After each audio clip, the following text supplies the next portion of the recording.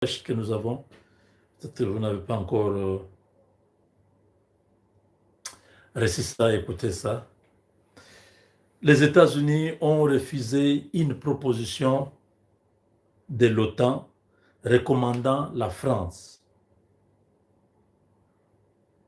pour qu'elle fasse partie des forces appelées à intervenir en République démocratique du Congo. Washington a opposé un refus catégorique et plutôt a opté pour des pays membres de la SADC. Selon le chef des forces américaines auprès de l'OTAN, les États-Unis privilégient l'Angola et la Tanzanie. Les Américains assureront seuls le financement du renseignement et fourniront l'ensemble des équipements militaires.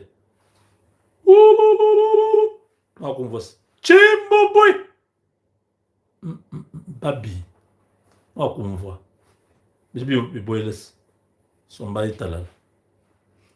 Les Américains disent ceci, que nous avons refusé la proposition de l'OTAN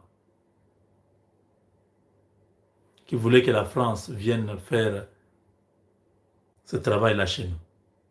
Nous avons refusé. Les États-Unis ont refusé. À la place, les États-Unis ont instruit le commandant des forces de l'OTAN de prendre le pays de la SADC, la Tanzanie et l'Angola. Vous avez compris pourquoi le président Tshisekedi était parti au Burundi,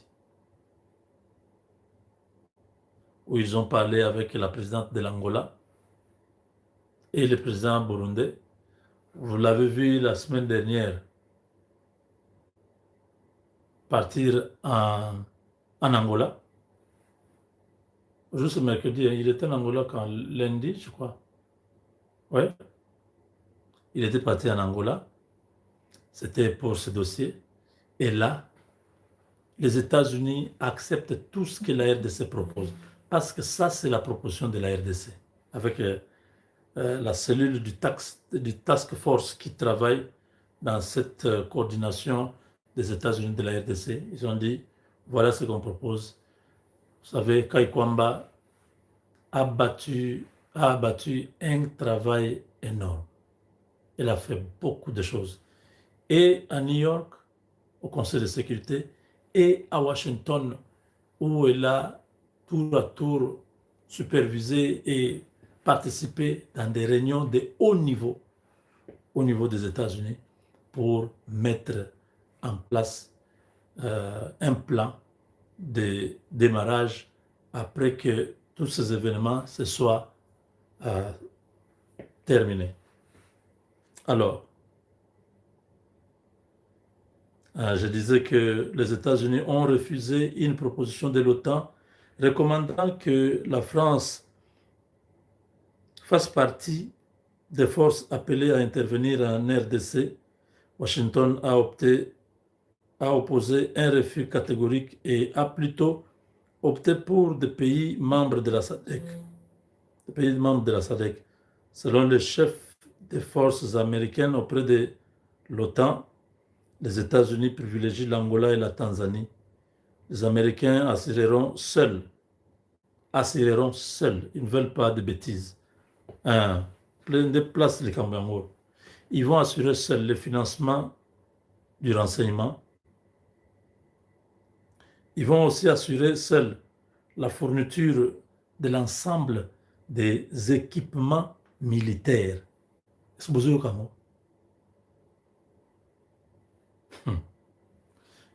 Toutes les armes de dissuasion nécessaires, l'Amérique va donner aux Angolais et aux Tanzaniens. La France, honte à toi. Macron, honte à toi. Les missions arrêtées consistent à 1. Désarmer les Wazalendo et les M23. Rétablir la paix et la sécurité. Former et restructurer les forces armées de la RDC.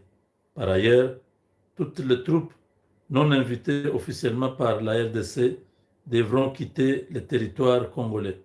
Cela concerne notamment le Rwanda, le Sud-Soudanais et autres mercenaires combattant aux côtés du M23 RDF. En revanche, l'Ouganda et le Burundi resteront et participeront à la pacification de l'Est de la RDC aux côtés de la MONUSCO.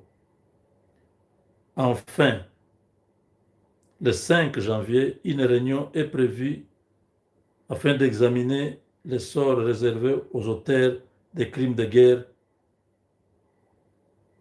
crimes contre l'humanité. Vous avez compris, hein? Crimes de guerre et crimes contre l'humanité commis depuis 2021. Voilà, vous avez des éléments. Le 5 janvier, on va tabler sur tous ceux qui ont commis des crimes. Leur sort sera connu le 5 janvier.